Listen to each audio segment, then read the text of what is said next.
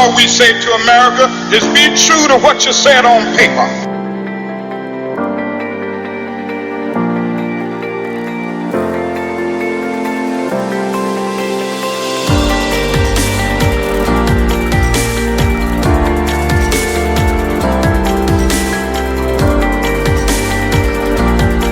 Of the freedom of assembly, somewhere I read, of the freedom of speech,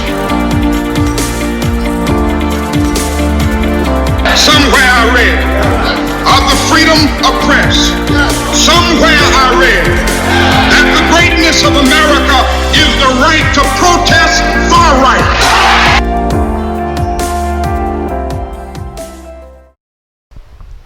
Hey, welcome to Church of the Harvest Online. Thank you for tuning in to us. We know what has happened since the death of George Floyd. One of the things that we said that we wanted to do in my message that I spoke about being true to a color and calling, I said that we were going to have a panel discussion about what happened because we didn't just want to preach about it. I think that this has sparked such an outcry that a lot of people want to do more than just talk. And so what we're presenting today is a panel discussion with some esteemed gentlemen, I like to call them. And we're going to talk about racism. We're going to talk about systemic racism. What can we do about it?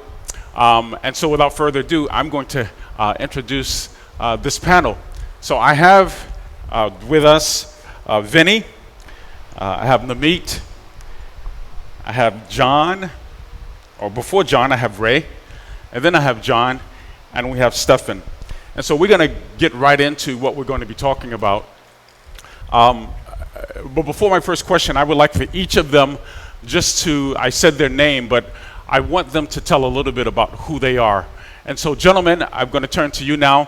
Why don't you speak to our audience, tell our audience who you are, introduce your name again, and what is it that you want them to know about who you are, and then we'll take it from there. So let's start with Vinny. Hey guys, my name is Vinny. I have been a husband for 6 years, a father of 2 girls for 4 years, and I am, something that you should know is I'm a descendant of some of the earliest settlers in this nation. Wow, thank you, Vinny. Namit. Hey, my name is Namit. I got married 2 years ago. I was born in India, but I moved here when I was really, really young. I have a 3-month-old. His name is Levi, and he's awesome. And I think The Lion King was the best movie ever made. Okay. Hi, I'm Ray Ramos. I'm a retired New York City detective. Also involved very heavily in the community. Have my own non-for-profit, Project Hype, which is a manhood leadership development program. I'm married with 4 children. My name is John, and I have 4 beautiful kids. I'm a great father, as I'm going to say it. And and the other thing is I love helping others, and I am a community builder. How's everybody doing? My name is Stephen. I go to Church of the Harvest, and I help with the production here, and I love God. All right, well, those are some very good qualities. Listen, what we wanted to do was to talk about racism really from a believer's perspective, all right? We didn't just want to talk. So we invited this panel so that we can really dig right in. And so what I'm going to do and what we'll do with all of our panel discussions, we want this to be an ongoing thing because we do want to glorify God. I'm going to start with a word of prayer and then ask our first question. So, Father, we want to give you the glory with what we offer to society. We don't want to just talk. We don't want to just talk about it, but we want to actually do something. And so we thank you for this time that we have together, and we pray that you would be with us. In Jesus' name we pray. Amen.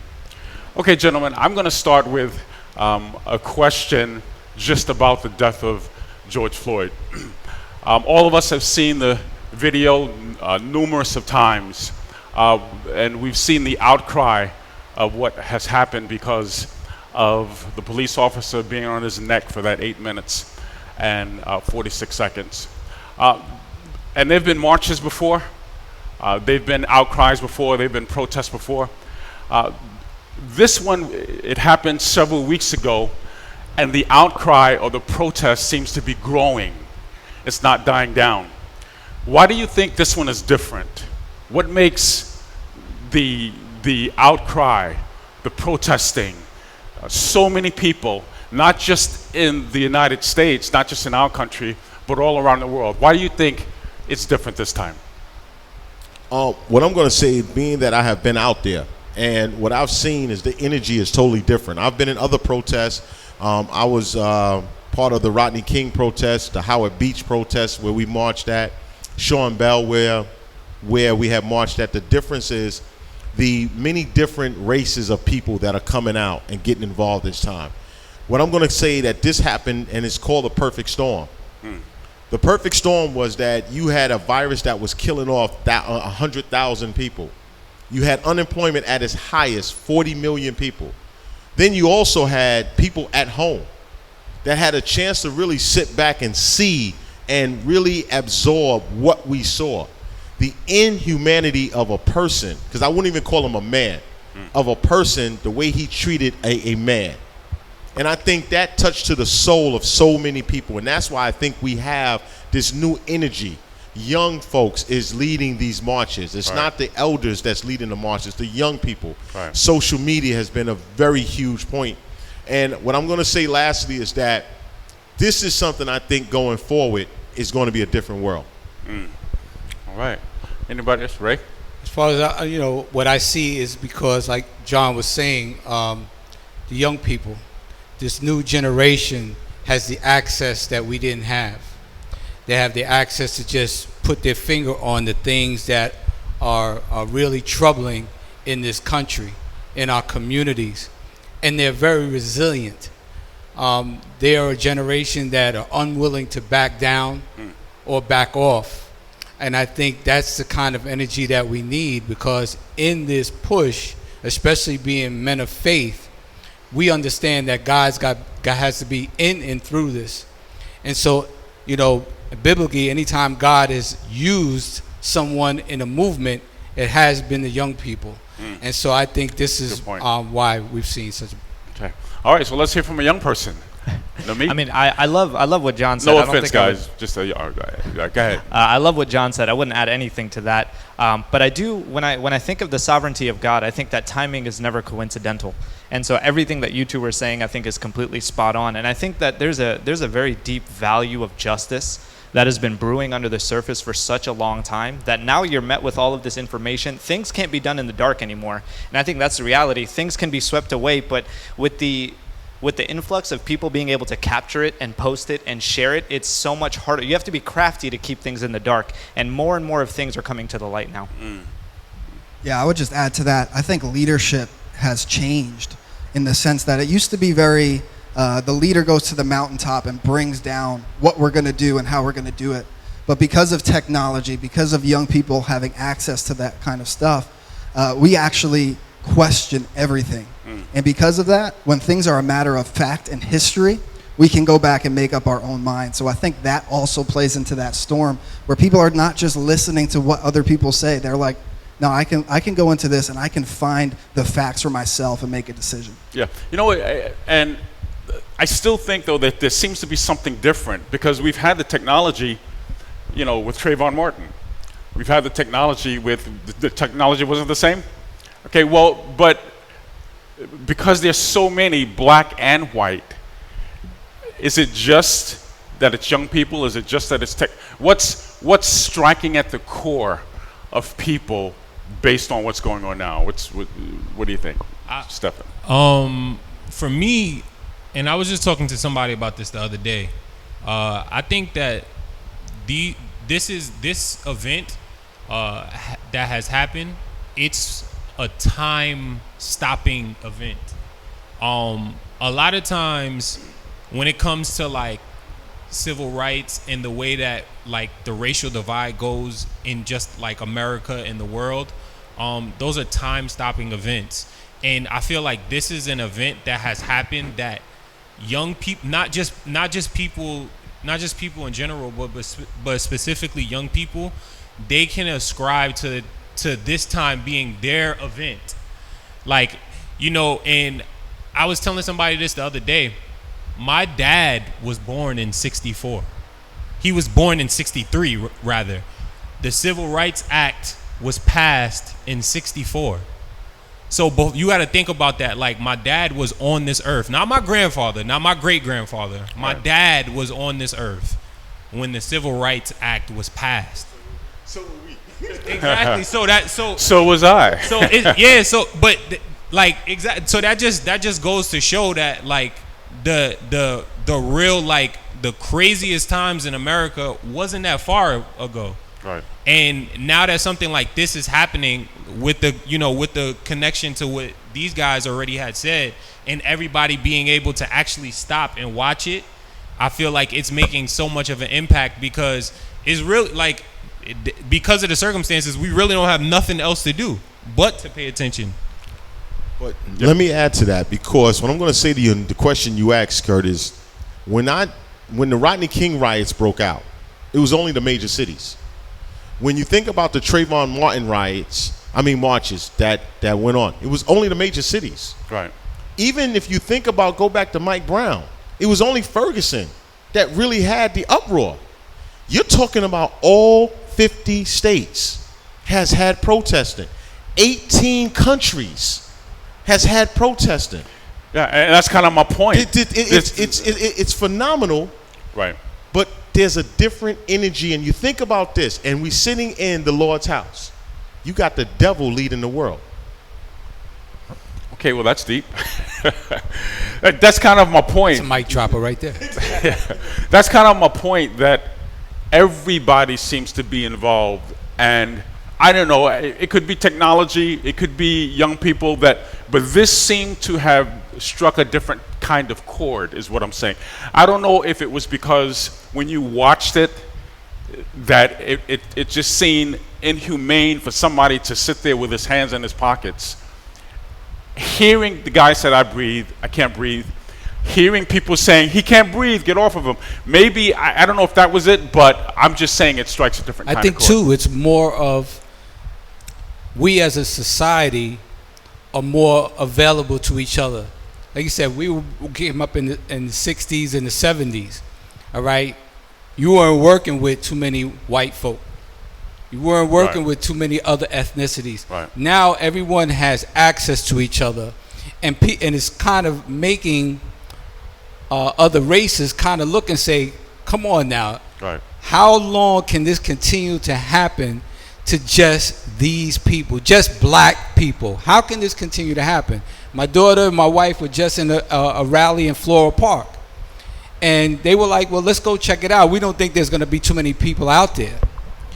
It was packed. Yeah.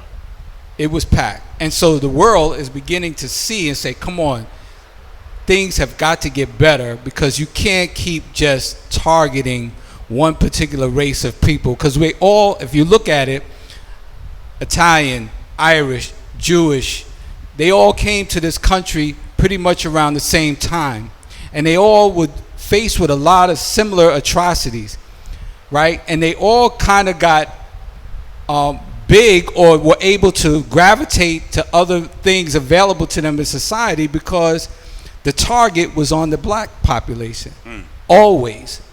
And so where they were discriminated against at one time, they kind of just fell into, the norm, and the focus was taken away from them and put on the African American. What do you say to people who say it's not going to go beyond the marches? What do you say to people who say nothing's going to change, it's not going to go beyond our marching?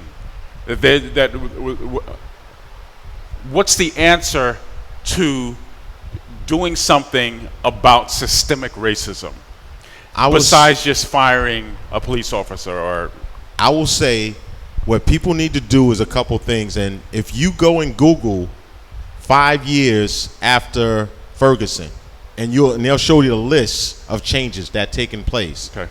You Google 7 years after Camden, New Jersey, they'll list the many changes. You go right now and you can look and see the list of things of reform, tearing down police department, defunding police departments. When you're talking about now that every city is going to have body cam videos that police unions has fought for a long period of time. Change is coming. Okay. NASCAR just announced that they are going to remove the Confederate flag totally. And that is a symbol that they have lived by from their inset has been about that flag. And now you're talking about removing it. Change has happened all because of what has taken place. But don't get the focus just on the police department. Let us not be fooled by that. When we talk about systemic racism, the number one is the wealth gap. Let's start targeting where the money is. You got groups like the Caring Group. You got all these groups that own all of these high-end merchandise. When we protest on Gucci and we thought we were doing something, we weren't doing anything. Because Gucci, all these top-name brands, Balenciaga and all that is still owned by Caring Group, who owns 49% of the African commerce coming out of Africa. They've since sold that to other groups to include Toyota, but let's find out where the money trail is. Let's not get fooled and locked into one, oh yeah, we're going to tear down the police department. That's not it.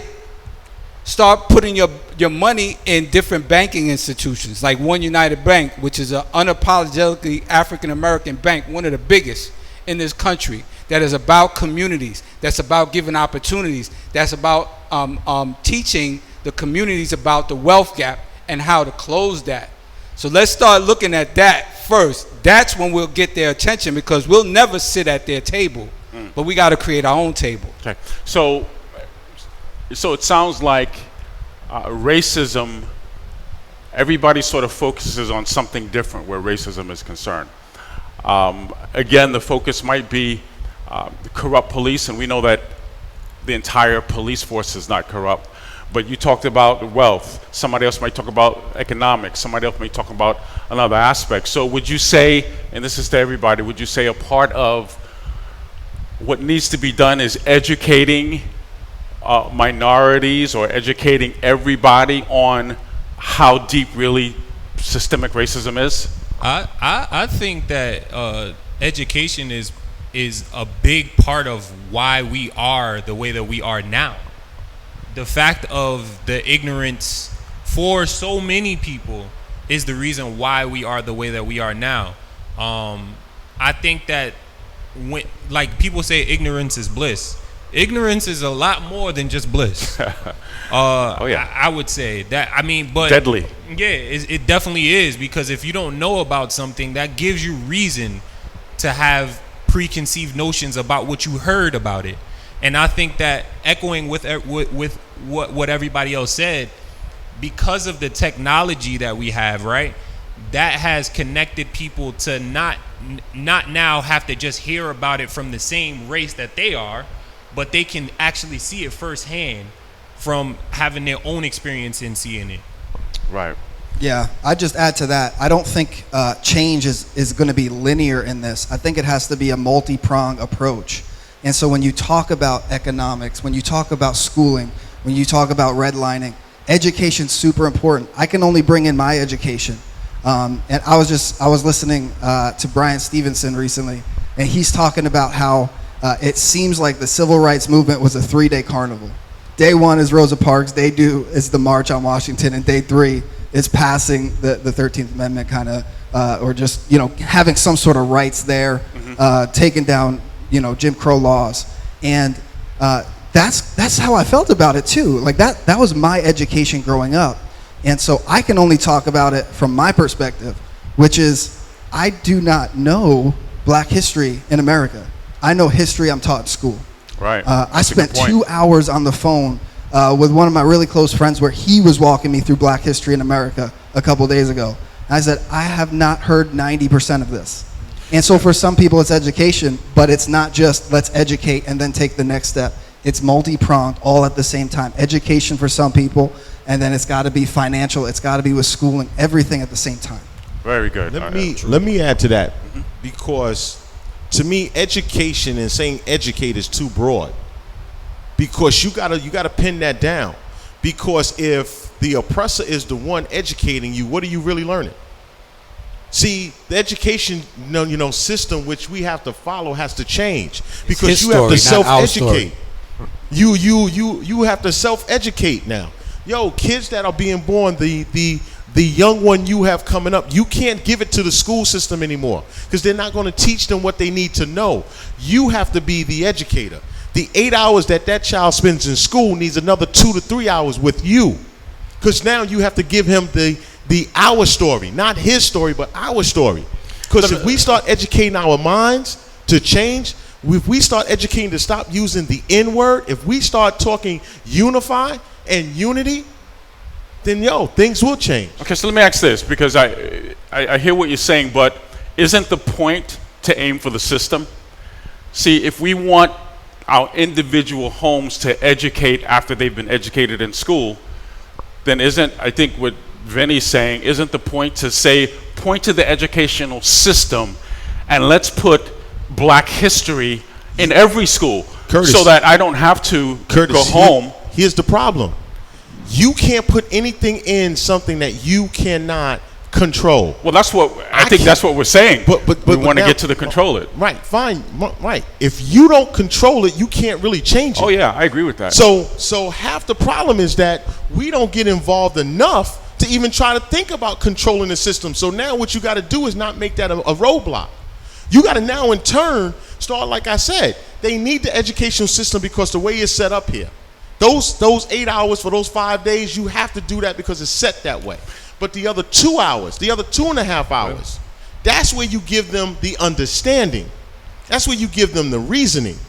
And then now what you have to do is now you give them both sides of the coin. So now they can get through the system, and then they can try to learn to control the system. And I think it's not just the training is not just within your own household. It's training whoever is in your sphere of influence, right? Like what we do through the mentoring. That is a systemic way of training our young men to go through the process, to be able to implement change by knowing who you are, by researching. Like we were able to change African American history right here in Nassau County, in one of the county schools. Right. We take our young men, they learn, they research, and then they bring forth to the system and say, look, this is not being taught in our school, and we need this implemented. And I think that's how I see your hand, Vinny. I think that's how you start. I guess what I'm saying is I think that's a part of the process. And so there's somebody out there who knows how to reach deeper to where you do have the control. And that's what I'm saying. I'm saying that it may begin with the march, but it's going to take, there's somebody who knows what to do. There always is. All right? And so that's kind of, because I was a part of, I remember, we went to the African American Museum, right? And the kids came back, the men of Belmont, let me shout them out, came back, wrote to the superintendent, and a part of that was change. So that's the kind of stuff that I'm talking about, Vinny. Yeah, I would just add, I can't teach people what I don't know. And that's been my story. I'm 29. I just learned this week, where 90% of what he told me I'd never heard of. Not in a textbook, not in school. And that's hard. And so I do think we need to talk about that system. And from what I understand, Germany really focuses on teaching their people about the Holocaust and saying, this is probably the worst mistake we've ever made as a country. And if you're not saying that's the worst mistake they've ever made, we have to look at your morality, right? And so they teach people that as to say, this is bad, let's make sure we never do it again. Vinny, let me ask you a question. What you learned, did you go in a classroom and learn it? This week? Yeah. No. Exactly. That's why 2 hours with my friend. What made that happen? It was the fact of everything going on, woke you up and said, I want to find out more, correct? Yeah. What your friend did in those 2 hours, you could have did on a smartphone if you wanted to. And that's what people have to want to thirst to learn the history. And anyone watching, the history can be given to you right here. But you just got to want to do it. And then, yes, you can have references around you that now you can reference, and now you and I can talk, and I can learn a little bit more. But it has to be the thirst. Yeah. He gave me a list of resources. That was one of the best things that maybe that's another statement is we need to have resources for people. This is a Google document. It literally says for white people to raise non-racist children. Really? That's what it Yeah, says? that's what it says. I can send it to you guys. And it's not a Christian resource, so some of the stuff's a little. Oh, that's all right. Listen, you know. to me, education is education, and I think that we really have to get to the place where we can't be ignorant anymore. Not in 2020. Not in 2020. We can't be ignorant anymore. I would say, I think, go ahead. Go ahead. Go ahead. Let Namit. I would, Yes, think, go I would ahead. think another side to education is definitely the history, is definitely information that's needed. But I also think social engagement is really, really important, especially in talking about, listen, like I would grow up with this narrative of my parents telling me, come inside, you're going to get too dark. Now, I would always press up against that and say, well, what's wrong with being too dark? And I would never get a good answer. They would say, come inside because you're going to get too dark? Yes, I was going to get Not that it's going to get dark outside? No. They would Okay. have preferred me playing outside in the dark if I didn't get darker. And so only up until a few years ago, I realized what they were doing was they were propagating colorism. Darker is worse for whatever reason. Right. And so those sorts of things are just subtly woven into our culture where that's also something, even at a young age, and I know that was something to talk about as well. When do we begin having conversations with children, and when do we begin having conversations about colorism and about these sorts of things? Why did I grow up with this idea of black and darker is inferior to white? I had to pick that up from somewhere, and so Right. I think there's also the social engagement portion where you look at that and go, wait a second, that's not the way things are actually supposed to be, but why do I have some of these biases? And just self-examining and reflecting on those is important as well. Let me help you out. When they put you in front of that television, a lot of that plays out right on television. Oh, absolutely. Oh, yeah. You know, the hero Oh, yeah. is always white. Yep. Okay, Yep. the bad guy is always black, and they always pick the darkest black person To die first. to either die first or be the bad guy. So Yeah. it starts there when you're little and you're Right. seeing these images. Yeah. It's setting you up that your mind is picking up on. Guess what? That's what life is like out that's there. what- Now that's I'm getting ready to take this and go way left with it, because we talking about when are you when are you old enough to start hearing this? And this is where I'm going to challenge men. Go ahead, brother. You're never too young, and as men, we need to start training our children to make the transition, to be able to understand who they are and whose they are. Right. As men, we need to start operating in the man, not the male. And that's a whole transition within itself, because as we operate in the male, we look to be serviced. When we transition into man, we look of how we can be of service. Too many men have removed themselves out of the equation for various reasons. Some of it has to do with the systemic racism, but a lot of it has to do with the manhood choice. So a lot of stuff that happens is because men have been removed from the equation in society. That's a total different panel, Curtis. I think. That's deep. But here's the thing. Guess what, guys? We're out of time. But let me do this. Why don't you answer that, because you sound like an answer that. And I want one more question, just sort of like a one-word answer. This was great today, and I would like to continue it, but I did have a time cap. So go ahead. Yeah, so I just wanted to touch on a little bit of what you said and also what Namit said. I feel like when we're talking about, the education, right? I feel like what you were leaning more toward is the desire of somebody wanting to actually do it. What I find, and from my experience, what I've seen is that just in general, when something doesn't involve you, your desire to learn about it is going to be minimal at best. Right. And that's just natural, right? So what I would say is kind of echoing what Namit was saying, is the fact that we have to be more socially engaging to people to let them know what it is that they need to know about the education. That's why your friend felt like he needed to speak to you about that. So because the desire and the mentality of picking up your phone and checking that out, I can't force you to do that. And hold on, let me say this. So I can't force you to do that. But what I can do is I can control what I'm going to do. And I know that if you're in a place where you may not know the things that you need to know, I can go and tell you. Because I'll tell you this one thing and I'll let you go. for me, my wife, right? She had she works in the education field. She's actually a resident director. So at her job, they wanted to have a conversation about social injustice and pretty much the political environment that we're living in today. She said that she didn't want to have that conversation with them. And what she did is what a lot of people do. Because they're not comfortable with speaking about it, they'll say, I'm not going to even have that conversation with you. I'm not going to even do that because I don't feel like doing it. But what I feel like now, what today is doing and what we're going through now, that is forcing us to have that conversation, because now it's not just about what you want to do.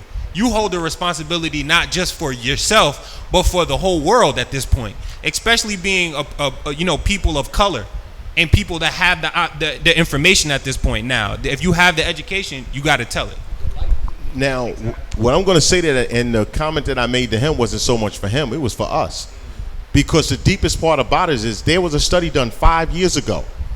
Blacks were less knowing of their history, okay?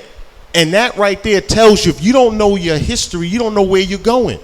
And that's and the ignorance, what I talk about is us, because that's why you can sit in a room and have a person that look like you call you the N-word and call it with love. That's ignorance. Well, they say it's love, but we know that's... No. But right. That's what I said. That's the ignorant part about it. Right. Because as much as he can, when I say grasp, we need to grasp our history. Because a lot of us, if you get in a room with a lot of brothers and you ask them about certain times in history, they ain't going to have an answer for you. And that's true. They don't want to know. I understand where he's coming from. Because when we mentor the young men, that's where they are mentally. If it does not affect their immediate space, right, they don't want to know about it. Right. But as we begin to educate them and expose them to it, it changes their entire mindset on how they view. And that's what we need to do. We need to have that one block, one man approach to getting our people back in line with what's important and vital to our very existence, which is self, right, which is self-knowledge. Right. Hey guys, and hold on quickly. Let me just say this. If you know better, you'll do better. That's right. That's right. Listen, a one-word answer. We're past our airtime. I'm paying for some extra commercials here. One question that I want you to answer. I was struggling between which one. A one-sentence answer. This time we'll start from this way. We started with Vinny at the beginning, at the end. So, why does racism bother you personally? And why are you fighting against it? So that's the question, right? Why does racism bother you personally, and why are you personally fighting against it? Just a one-sentence answer. Stefan. The kids. Okay. Pain. Okay. Anger. People are made in God's image, and racism takes that away. Wow. That's a long one word. Well, I said one sentence. I said one sentence. I did say one sentence. Condense that one, man. That's hard to condense. I like the one sentence more than the one word. Yeah, that's why I said one sentence, so that you guys can go ahead. Knowing the past and corporate responsibility. Okay. All right, guys, listen, this was provocative, very good. Appreciate the discussion, and it has to be ongoing. There were so many other things we could have touched on. We just stopped at education. I appreciate your time. The struggle is real, and I think that we all know that the struggle is real. I do believe, and hold on, my producer's saying we can give you your final thoughts. Very briefly, though, I do believe that the struggle is real. Here's what I also believe, though. I believe that it's going to take more than blacks to uproot systemic racism. It has to start with us. Because as one of you said, we don't even know our own history. Listen, I'd say it also, and what Vinny said was correct, and a lot of you said the same thing. They didn't teach, that's not in our history books, right? But even still now, unless you watch certain movies on television, right, you won't know. There's something I think that came out recently concerning the... I don't even remember the name of it, but certain movies tell the truth of our black history. And unless these movies come out, you won't know it, or you don't know where to research it. and yada, yada, yada. So thank you for being involved and joining hand in hand with our society, especially from a believer's perspective, because I think sometimes Christians feel like I can't get involved because I don't want to stir anything up. But thank you for being involved. If I can have you just in one sentence again, just give us sum up your own feelings and what you think about it. And then we'll end with that. It's been a week, a month of education and awakening for me, so I just want to encourage anybody watching, start to learn what this country has done across generations to the black community. I'd say for me, regularly practice lament. There's a lot of grief, a lot of anger, a lot of hurt, and only God can burden that for us and encourage us to just continue to give that to Him. Very good. Yeah, it's time for us to begin to train to beat this bully of systemic racism and social injustice. And don't disrespect your training ground. Wherever you find yourself, on a corner, in a church, whatever, let that be a training ground. And use the same concept that David used when he defeated Goliath.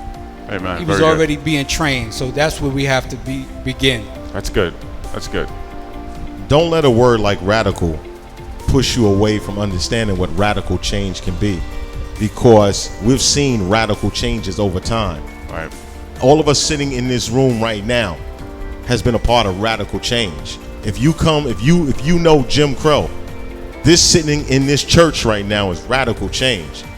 But people hear that word and they get scared of it. Yeah, I think that the key right now and the focus that a lot of people have to focus on is just stop being so selfish. Stop being so self-centered. A lot of times as human beings, we try to find the best alternative for our own selves and for our own. Let's start thinking about other people. Let's start thinking about the future. And when I said kids for my answer, I wasn't just talking about my kids. I'm talking about all the kids that are going to be in my position at some point. So let's start thinking about those people, and that's the way that we'll move forward. Thank you so much, gentlemen. We thank you for your time. Those of you who are viewing, thank you so much for tuning in. Listen, drop us some comments concerning some of the questions that you might have, what you would like for us to speak on the next time, what you would like for us to follow up on, because we're going to be having these conversations. We are going to go there. It's necessary for races all around for us to deal with head on what systemic racism is, because it really impacts all of us. Once again, thank you for tuning in.